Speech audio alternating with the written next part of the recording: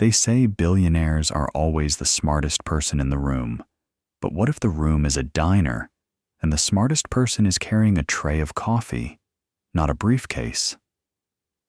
This story isn't about a miracle or a viral moment. It's about a quiet revolution. One that started with frustration, collided with humility, and ended with transformation. It's a reminder that genius isn't always dressed in power suits or sealed behind boardroom doors. Sometimes it wears an apron, takes care of family, and reads late at night between double shifts. Julian Cross was tired, not physically, but the kind of tired that lingers behind your eyes and gnaws at your confidence. At 41, he was the CEO of CrossLogic Industries, a billion-dollar AI software company responsible for some of the most advanced cybersecurity tools on the market. He was the kind of executive who lived in soundproof conference rooms, surrounded by digital whiteboards, polished lawyers, and yes-men. And yet, despite all that, he found himself stumped by a document that should have been routine. The contract for a $2.1 billion merger with rival tech firm Syntrex had landed on his desk that morning. A 372-page monster, dense with legal language, clauses within clauses, and footnotes that might as well have been encrypted. His legal team had already reviewed it 3 times. Still, something didn't sit right. There was a clause buried deep in the acquisition terms that made his instincts scream, but he couldn't decipher it clearly enough to act on it. Julian hated that feeling. The sensation of not knowing, of being too far removed from the details. It wasn't just bad business. It was bad leadership. So, at 10:47 p.m. on a Tuesday, after yelling at his lawyer and slamming his laptop shut for the 3rd time, he did something uncharacteristic. He left the office. Not in a car service, not to a Michelin star restaurant, just walking. Through quiet city blocks, past flickering signs and trash-strewn sidewalks, until he reached the only place still lit up on the corner of Madison and Pearl, Millie's Diner, a retro chrome box wedged between a pawn shop and a closed flower store. Inside, it smelled like burnt coffee and overworked dreams. He slid into a booth without saying a word. The waitress came over with a notepad and a look that said she'd seen every kind of exhaustion. "You okay?" she asked. Julian nodded, even though he wasn't. "Just coffee." She poured it, paused, then added, "Don't take this the wrong way, but you look like someone who just read the end of a story and realized it didn't make sense." That made Julian laugh for the first time that day. "That's not far off." She gave a small smile, tucked the pod under her arm, and said, "Well, if it helps, sometimes the best way to understand the end is to retranslate the middle." He didn't know why, but that struck him, harder than he expected. And before he could stop himself, he pulled out the printed contract pages from his briefcase, slid them across the table, and said half-jokingly, "If you're so smart, then translate this." She blinked, then looked down, then raised an eyebrow. "You want me to read your billion-dollar legal contract?" Julian shrugged. "It's late. I'm desperate." She didn't argue. She just said, "Give me 10 minutes," and walked away with the pages like she was reading a menu. That was the moment everything began to shift. Because Julian Cross, billionaire, problem solver, king of predictive analytics, was about to be outthought by someone the world had overlooked. Julian expected her to skim a few lines, shake her head, and hand the contract back with a polite shrug. What he didn't expect was for her to return 10 minutes later, pages in hand, with a ballpoint pen tucked behind her ear and 3 paragraphs highlighted in red ink. She didn't sit. She stood at the edge of the booth, like a schoolteacher about to deliver a pointed lesson. Clause 7.4, she said, flipping to the page. You're worried about it, right? Julian blinked. Yes. How did you? Because it's the only section written to intentionally sound like it says one thing while legally meaning another, she said. It's a leveraged dilution clause. If you sign this without amending it, you'll lose board control if Synergy's share price dips below 3.5% in Q1 post-merger. That's not just oversight, it's strategic framing. They're playing chess while pretending it's checkers. Julian leaned forward. Who are you? She smiled. Grace, I pour coffee here. No, Julian said, eyes narrowing. I mean, who are you really? And Grace, 28, waitress, college dropout, set the pages down and sat across from him. I'm someone who started a computer science degree before life got complicated. My mom got sick, my little brother needed help, and student loans don't pause for caregiving. So I work here. But I kept learning. Night classes, open courseware, Reddit threads, mock VC pitch breakdowns. I couldn't stop the world from leaving me behind, so I decided to keep chasing it. Julian studied her. He didn't see pity. He saw clarity, a sharpness not dulled by hardship, but forged by it. Grace didn't just read the document. She saw through it. What do you do when you're not working here? Mostly, build things no one asked for. Apps, tools, automation scripts for people who can't afford real software. I like fixing things, especially broken systems. Julian looked at her with a new kind of focus, the kind he usually reserved for investor decks and CTOs. You ever pitch something? Grace shook her head. No time, no team, no runway. Show me, Julian said. She blinked. What? Your work, your apps, anything. Show me. Grace pulled out her cracked phone and opened a simple interface. Clean UI, intuitive toggles, light mode efficiency. It's a communication app I built for my brother's school. Half the parents don't speak fluent English. This translates messages in real time, flags potential confusion based on cultural context, and rewrites them with localized tone. I call it common ground. Julian stared. It was elegant, it was scalable, and it looked a lot like something his own R&D team had been trying and failing to develop for 6 months. This could go to market, he murmured. Grace shrugged. I just wanted to make parent-teacher messages clearer. Julian exhaled. You made something our engineers can't, and you read a $2 billion contract in 10 minutes. 15, she corrected. I was nervous. He laughed, and for the first time in weeks, it wasn't hollow. Grace stood, lifting the coffee pot. Want a refill? Julian paused, then looked up with something he rarely gave anyone freely. Want a job? Grace didn't answer right away. She set the coffee pot down, slid her phone back into her apron, and sat back down slowly. Julian had seen a lot of reactions to job offers, tears, cheers, LinkedIn updates mid-conversation, but never this kind of silence. Not hesitation, not fear, just a steady, deliberate pause, like someone scanning for fine print. I need to be clear, Grace said. I'm not desperate. I've survived a lot worse than hard nights and no health insurance.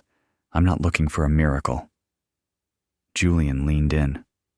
I'm not offering one. I'm offering equity. Grace raised an eyebrow. In what?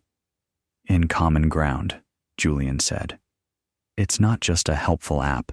It's a communication framework with enterprise potential. We take it, develop the infrastructure, scale the back end, and put it in front of institutional clients, healthcare, education, immigration services. I have the resources. You have the vision. She didn't smile. Not yet. What's the split? 70-30. You get majority creative control. I'll provide the team and funding. We move fast. 6 months to beta, 12 to market. Grace tilted her head. Why so generous? Julian hesitated. And then he did something rare. He told the truth. Because I've been running a company full of people who look like me, think like me, pitch like me, and we've stagnated. We lost the ability to imagine better because we stopped hiring people who'd ever had to build from scratch. You reminded me what ingenuity actually looks like. That's when Grace smiled. Not big, not performative, just a quiet nod of alignment. I'll do it, she said, but not on one condition. On 3, Julian raised an eyebrow. All right, let's hear them. 1, I keep my job here until the app launches. I'm not abandoning Rosie or the community that kept me grounded. Done. 2, the final version has to be free for any Title Y school, nonprofit, or domestic abuse shelter. Always. Julian didn't even blink. Approved. 3, she said, leaning in. I don't want to be a token. Don't use me in press shots. Don't parade me in front of reporters like I'm your diversity hire. If this works, I want it to speak for itself. Julian smiled. Deal.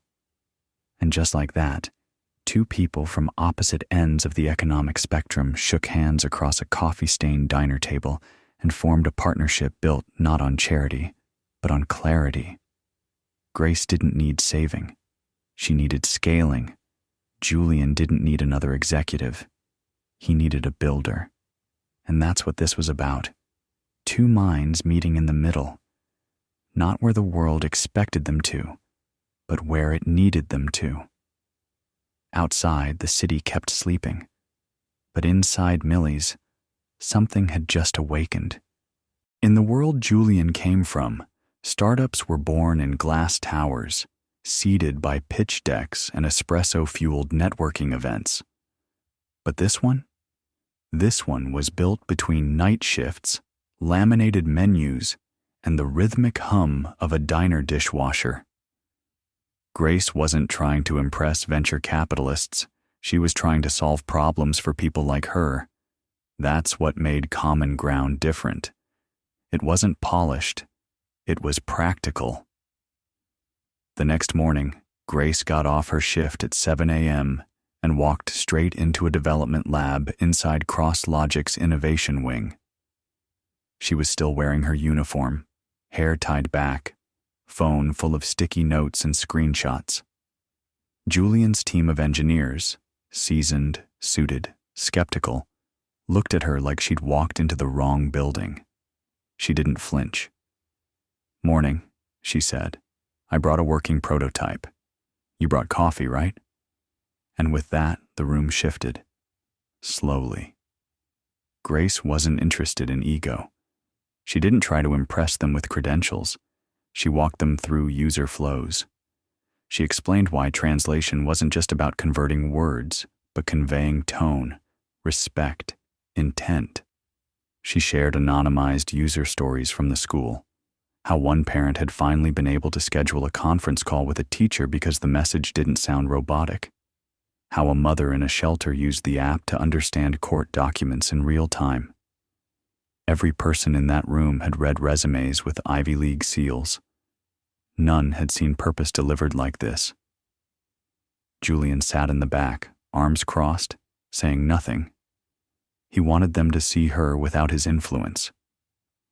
By the end of the hour, the lead systems architect was asking for Grace's Slack ID, and the UI designer was already mocking up a redesign of her wireframe. Progress moved fast. Grace would code for 3 hours in the morning, nap in the break room, return to the diner by late afternoon. Julian offered her a furnished apartment. She declined. I'm not living differently until other people can too. What was meant to be a quiet internal project suddenly caught attention. Word leaked. A leaked memo referred to Project Common Ground as the most human-centered tech initiative in years. VC firms called. Tech blogs speculated. Grace stayed silent. And through it all, the partnership held. Julian didn't interfere. He asked questions, offered resources, watched as the woman he once underestimated became the engine behind something he couldn't build himself. And slowly, he started shifting other corners of his company, revisiting hiring pipelines, scrapping outdated internship policies, asking why his boardroom didn't include people who'd ever lived paycheck to paycheck. Because Grace wasn't just creating software, she was creating a mirror. One that made Julian look at the walls he'd built and see just how many people had been left standing outside. The countdown to launch didn't feel like most Julian had experienced. No champagne on standby, no neon-lit ballroom unveilings. This one felt quieter, heavier, like something sacred was being unwrapped in the middle of a noisy world. Common Ground wasn't just a product, it was a proof point that brilliance can bloom where no one's looking, that innovation doesn't need credentials, just clarity. Julian's board, however, had concerns. They weren't against the product, they were against its principles. Free access for nonprofits, loss of potential education sector revenue. And what was this clause about open API availability to social justice groups? "You've built something incredible," one board member said, "but we can't afford to leave money on the table for the sake of idealism." Grace sat in that meeting wearing a simple blue sweater and jeans. No pitch deck, no jargon, just purpose. "Leaving money on the table is easy," she said. "But leaving people behind? That's expensive in ways your spreadsheets can't measure." Julian watched her with quiet pride. A year ago, he would have fought her on margins.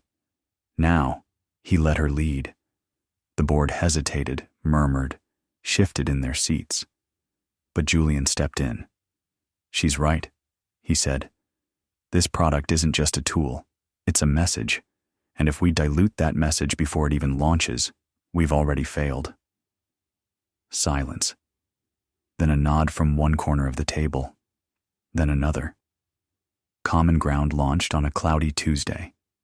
The app didn't go viral overnight. It didn't crash servers or trend on Twitter. It just worked. Thousands of users downloaded it.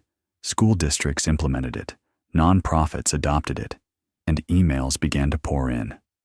One mother wrote, "For the first time, I understood everything my son's teacher said. I didn't have to fake it." A refugee caseworker sent a note.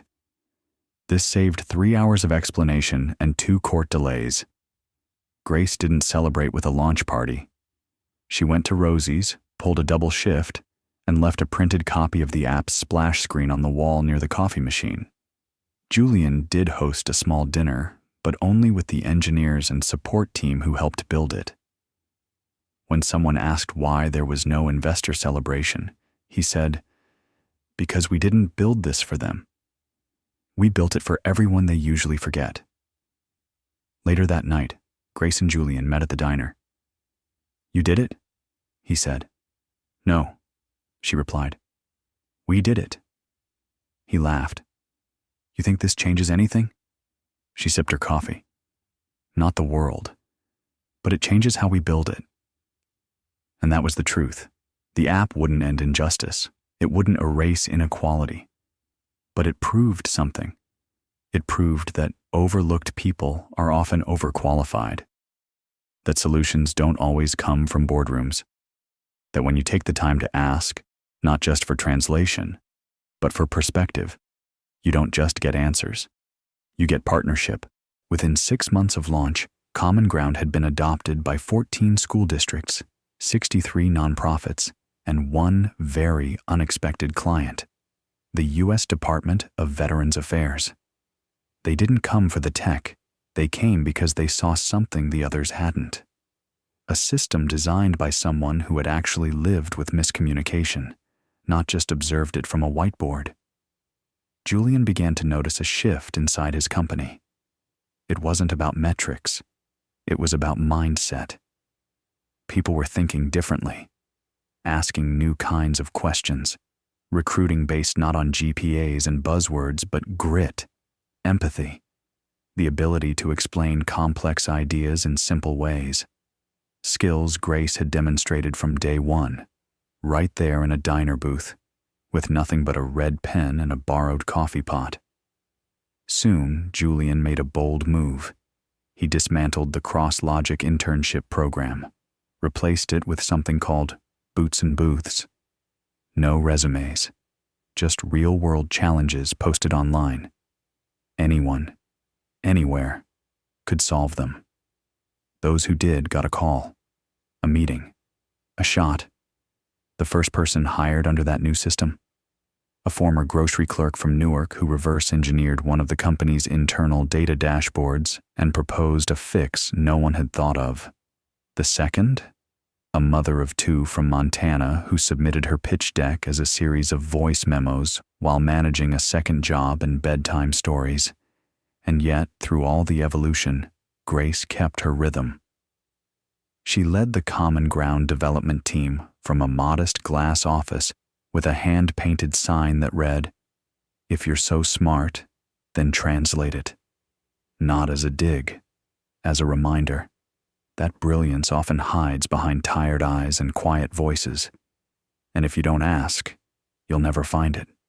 Her story reached the press eventually. A human interest piece ran in Wired, then Fast Company. She was invited to panels, declined half of them. "I don't want to become a mascot," she told Julian. "I want to keep building."